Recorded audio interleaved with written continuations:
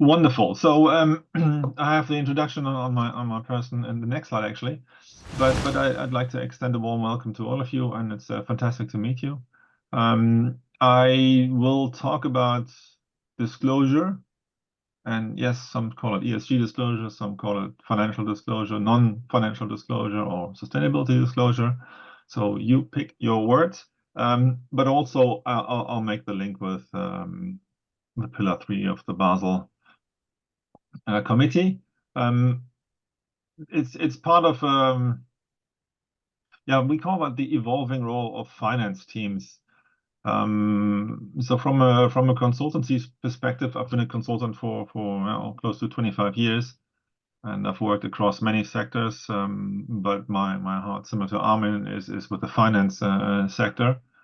But we pick up different trends globally. We work with PE, we work with commercial banks, insurances, and so forth. And we see, and that's also where when you look at sustainability consulting or sustainability advancement, finance is a key player, right? So we call it the evolving role of the finance teams series. And what qualifies me to do that?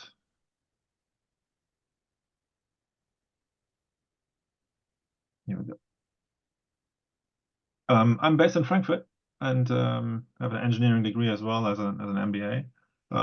Most of the work as a consultant is, as I said, holding hands, so to speak, doing strategic work, but also doing the nitty-gritty details on reporting, ratings, technical services related to ESG data, and the whole variety of other things.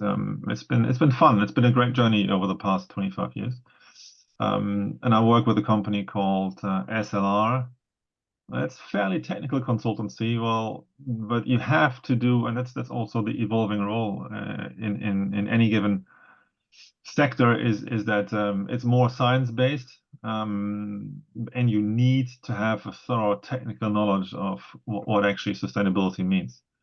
So as an example, look, I don't expect, let's just pick financing in hydrogen or the battery value chain. You make your pick. I wouldn't go as far as to say, look, everybody has to be have been in the DRC to see what's going on.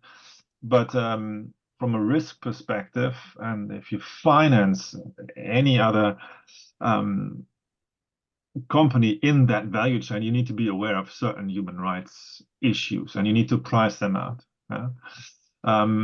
So you have to have that technical knowledge.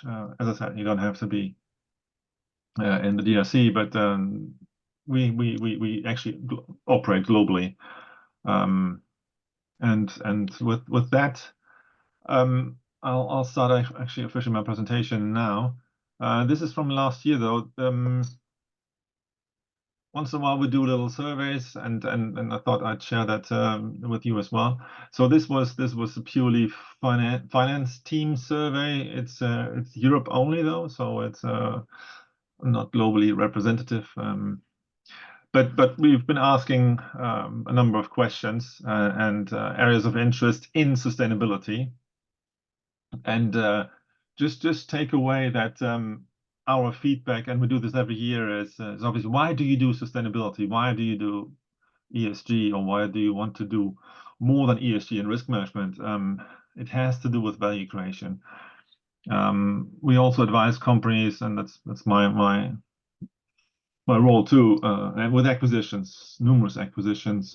So how do you create value, and how does, let's say, a large or a small bank create value through any given acquisition and facilitating the deals?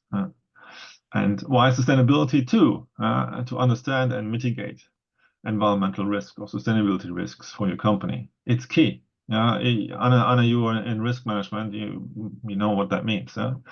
And also disclosure or sustainability helps you with communicating some of the pertinent issues to the general public, but also throughout the company. And last but not least, and that's exactly the aim of today as well is why do we have to have reporting? Why do we have disclosure? And why does the Basel committee come up with suggestions?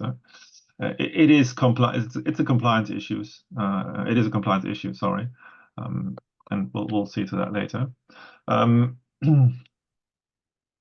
So the first slide was more about, okay, let's identify the risks. Oh, yeah, we want to create a value, but we also would like to report and be compliant. That's fine. But also from my professional experience, depending on which where companies are on the maturity curve, yeah, just comply and you're fine. But actually, the feedback from this survey was that sure, governance is key, but there are a number of topics, and these are included here, why to include sustainability in risk management and disclosure. And a number of issues are here. Product quality and safety, of course, we don't want to go into that. Circular business models, it's coming, so you want to be aware of it and you want to price it out. At the moment, that's more of a European thing. It's human capital attraction. It's a number of issues, right? So that was also the feedback from that. And going back to the risk management topic, so sustainability and collecting data on sustainability and or financing anything that has to have disclosure on sustainability means that also you need to assess the financial materiality of it. And ERM is enterprise risk management, but you have to price the stuff out. You have to have certain scenarios. There's a study that came out actually. Oh, it's actually this morning or yesterday. It's the tail always stings, and it's a scorpion. Because when you finance, you make certain assumptions. But what we've seen in the past years actually with climate change is that the tail is shifting to a different territory. I highly recommend that study if you find it somewhere, or I'll send it along. And that's why I've picked up also the climate change topic here. So there are regulations in place. You have to have a system in place to report on, let's say, decarbonization or climate change adaptation or occupational health or safety well-being. And that's recognized in the finance sector as well. We'll get to that a bit later. Does any of you know CSRD? No, I think there's a no, or maybe not. That's the Corporate Sustainability Reporting Directive. It's another EU thing, and again, it's not about the EU. It's not about Europe dictating any rules. No, it's more of a trendsetter, and you'll see that all kinds of regulations are popping up across the globe to define what matters the most, what's mostly relevant for your balance sheet, how to do the financial assessment, and how to understand the risk throughout the entire value chain. And that's one thing if you, as I said, finance an ink manufacturer who wants to build 4 facilities or upgrade another service line, but what is the entire value chain? Are there any reputational risks? What about the climate change adaptation? So you have to think a bit broader than people had to do previously.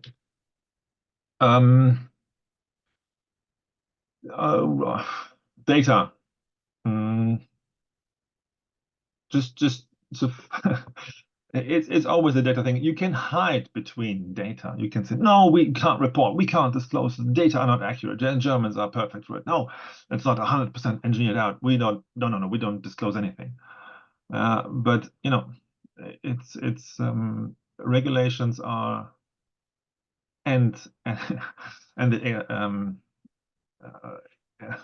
there are penalties, fine, but it's soft enough to recognize that if you report, we don't.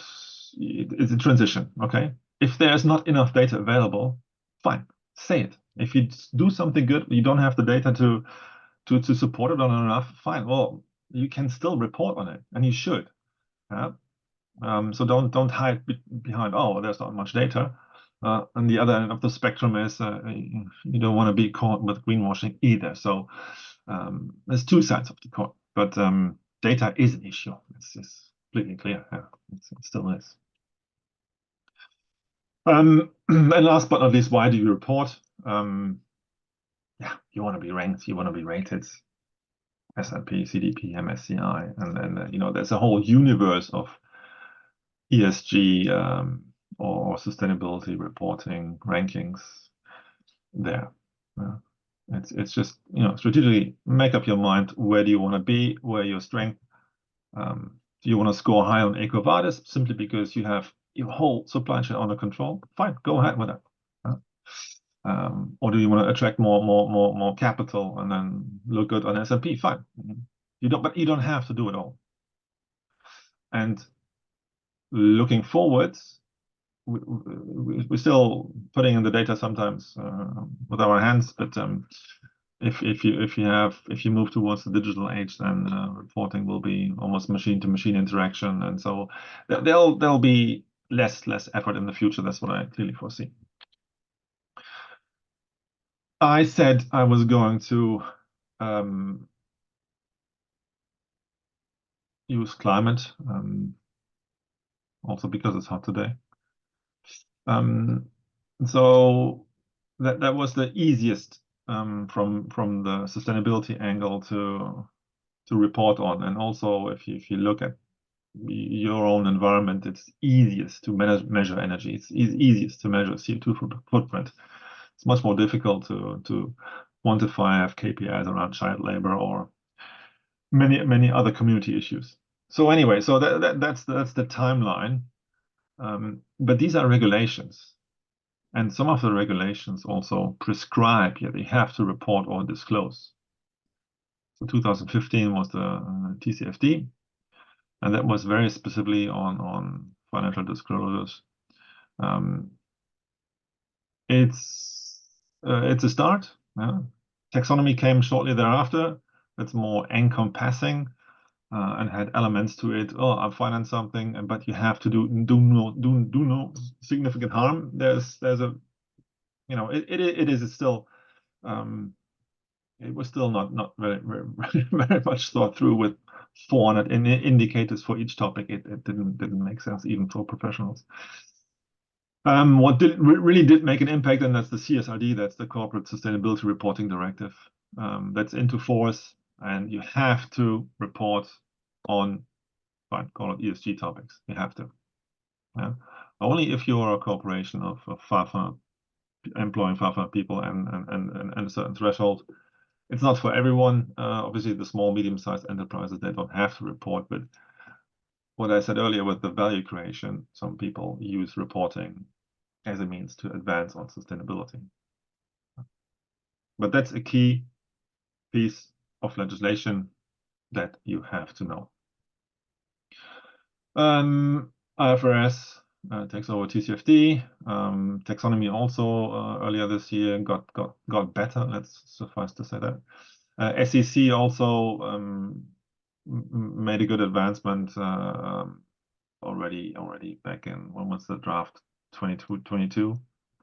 And some stock markets too. They have their own reporting internal guidelines. So that's climate.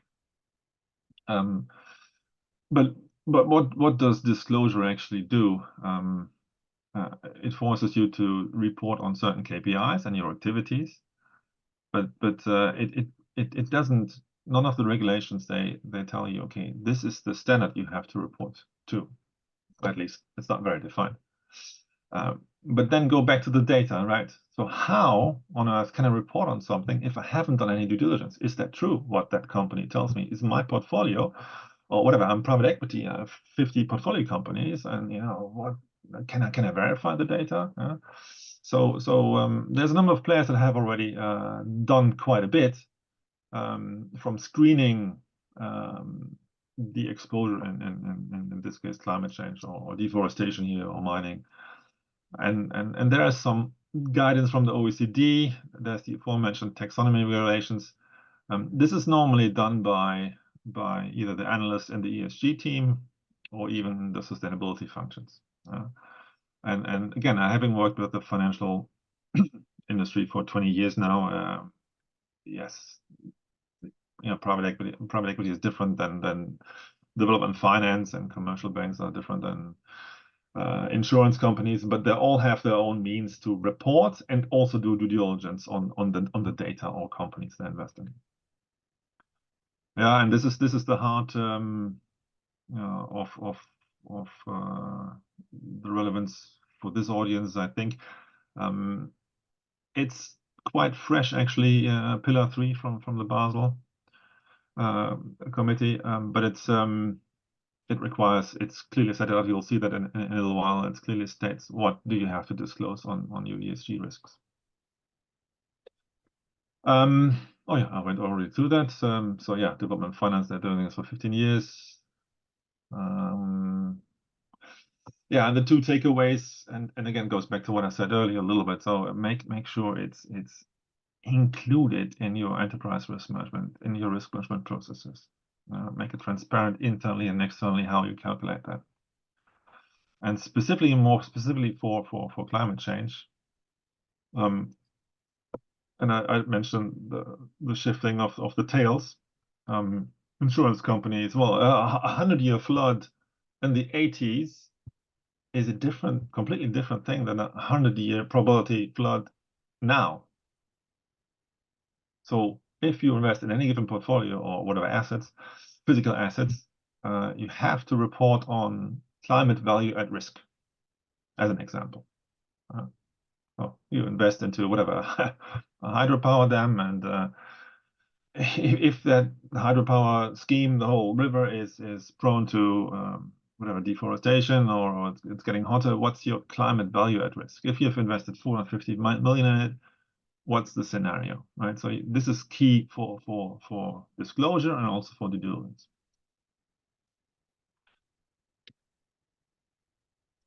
Welcome, Pillar 3. I do recommend maybe take a step back. Who does all that work? Either internal teams do that, or the big 4, 5, 6, 7, 8, 9, 10. I don't remember. And it's fairly easy for some of the for most of the companies to say, okay, you work for us anyway. Why don't you do Pillar 3 work as well? It's fine. We do this type of work as well.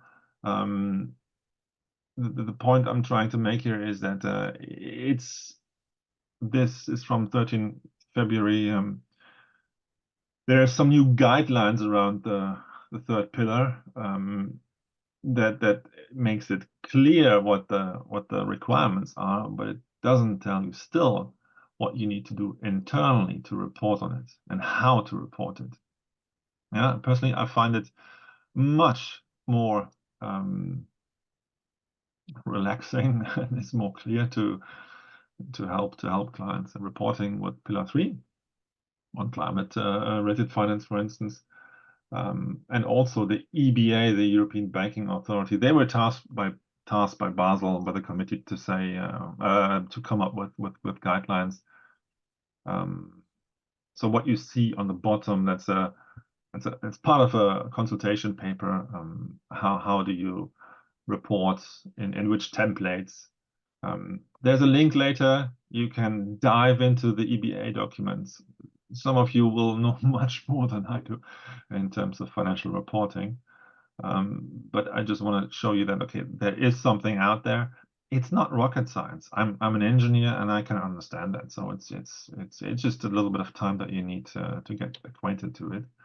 And again, the Pillar 3 data hub, or the Pillar 3 is prudential financial disclosures, resolution disclosures, investment firms disclosures, and ESG risk disclosures. That's what it all combines. That is the aim and the objectives of the Pillar 3. So that led to that. The consulting process led to this, and then ultimately these are the 4 main topics that you have to report your ESG performance or data on risk and enterprise risk management, partly mitigating actions, the green asset ratio, And there's also qualitative disclosures. You will say, oh, that's too vague. Sure. And it's fine. Yeah? But stakeholders will want to know. Your investors will want to know. Your own employees partly will want to know.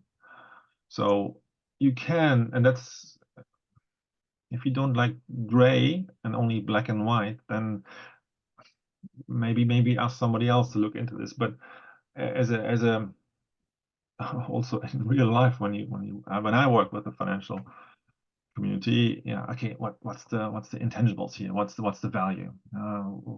So you can quantify, you can not quantify, you can make assessments and you can report on qualitative issues, whatever is material to you. If you're investing in the battery value chain, please make sure you report on where you get the cobalt from. Yeah. So the link is actually tilted. So that's the EBA. If you're really excited about this, this is just an introductory session. Dive into it. Yeah. And rest assured, it is mandatory. But how it works best for your company, I wouldn't know. But it's not rocket science to find that out. I have to, because it's very climate change specific. And it's also, sorry for the EU focus, but China has something similar, and UK, I think, they're far behind.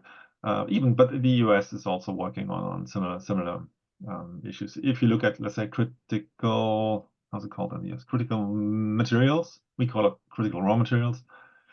Yeah, you have to do a due diligence. Yeah. Okay, you're not in the business of critical raw materials, but you might finance a company or you might have something to do with it. But as a corporation, in any case, if you are registered in Europe and you have at least 1,000 employees and a global turnover of 450 million euro, you have to also comply with the CSDDD, Corporate Sustainability Due Diligence Directive. Not to be confused with the corporate reporting, sustainability reporting directive. But once you get the hang of it, this is okay to do, honestly. Again, the driver is from the EU. We want to enable businesses to be more sustainable, but that means we force companies to disclose. And with this one, we force companies to disclose their activities in the sustainability space throughout their supply chain values. And there's a few other laws and proposals to the right side, which I won't talk about now. But it actually brings me to a few trends here. I said hide behind data or not to hide behind data. Data will be more and more important. It still is important, but it will keep on being. It's just key. No data, no reporting. Digitalization, there's a clear trend. There's already so many tools out there that help you comply with CSRD, even on an almost AI level, gathering data, and the more you can disclose, the better. You don't need to, and technology is getting better, so you don't need to, let's say, budget $1 million or so for whatever sustainability reporting in GNO. You'll see it going down actually, because there's much more digitalization, much more data available, and the technology is advancing. But again, the trends are more disclosure, more transparency, and financial sector players know it, and tracking and tracing. And these are the three. I don't want to say angst issues, but that is more of a global thing. Personally, I do agree with most of them. Some of it is probably fetching a bit far, but it's a philosophical question. But there is a greenwashing directive. So if you disclose something and you lie or you sheer negligence, yeah, you can still get punished. Let's put it this way. And also, you've seen a few court cases about remediation, reparation. So if you cause harm, let's say to a, okay, Aaron Brockovich is then probably the easiest to relate to, but you have that too on the climate side. It's just more complex. Company A does something in country A, B, C, D. Communities suffer. Who had financed this scheme? Okay, well, deep pockets, guys, you have to pay for remediation, reparations. I'm not saying that it is done all the time, but that's why you should always be honest in reporting and disclosure and do your due diligence right. And environmental justice is part of that. And I think I've seen some recent even criminal law cases. Not my area of competence here, but there are some trends. Yeah. So it goes back to disclosure, goes back to due diligence. And that's it.